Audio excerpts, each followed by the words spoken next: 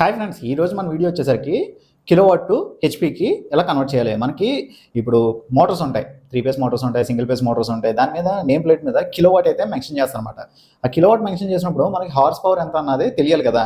అంటే ఇప్పుడు మనకి రెగ్యులర్గా 1 HP, half HP, quarter HP, 3 HP, 5 HP, 10 HP, 20 HP అని చెప్పేసి ఇలా హార్స్ పవర్ అయితే మెన్షన్ చేస్తాం. కొన్ని కమర్షియల్ మోటార్స్ మీద ఎలా ఉంటుందంటే ఓన్లీ కిలోవాట్ అయితే మెన్షన్ చేస్తారనమాట. ఆ కిలోవాట్ మెన్షన్ చేసినప్పుడు మనకి దాని హార్స్ పవర్ ఎంత అన్నది తెలుసుకోవాలి కదా. తెలుసుకోవడానికే మనకి ఈరోజు ఈ వీడియో ఎండ్ వరకు చూడండి. వీడియో నచ్చితే ఒక లైక్ అయితే చేయండి, ఓకేనా.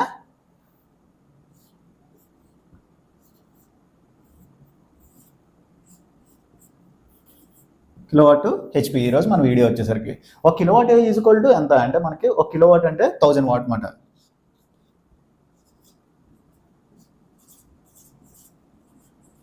1000 వాట్. తర్వాత మళ్ళీ మనకి హెచ్పి ఈజ్ ఈక్వల్ టు ఎంత, మన హెచ్పి ఈజ్ ఈక్వల్ టు మనకి 746 వాట్. ఇప్పుడు కిలోవాట్ టు హెచ్పికి అయితే కన్వర్ట్ చేయాలన్నమాట. అంటే దీనికి వచ్చే ఫార్ములా ఏంటంటే మనకి హెచ్పి కావాలి, హార్స్ పవర్ కావాలి. హార్స్ పవర్ కావాల్సినప్పుడు మనకి ఏం చేయాలి, ఈ ఫార్ములా యూజ్ చేసుకోవాలన్నమాట. కిలోవాట్ ఇంటూ మనకు ఒక కిలోవాట్ అంటే ఎంత, 1000 వాట్. 1000 డివైడెడ్ బై మనకి హార్స్ పవర్ ఎంత, 746 అన్నమాట.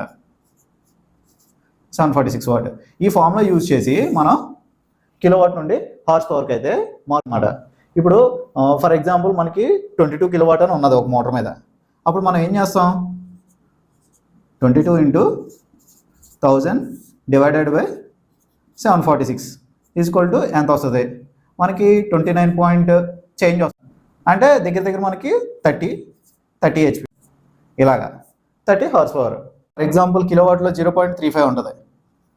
0.35 into 1000 divided by 746 is equal to 0.5 HP మాట.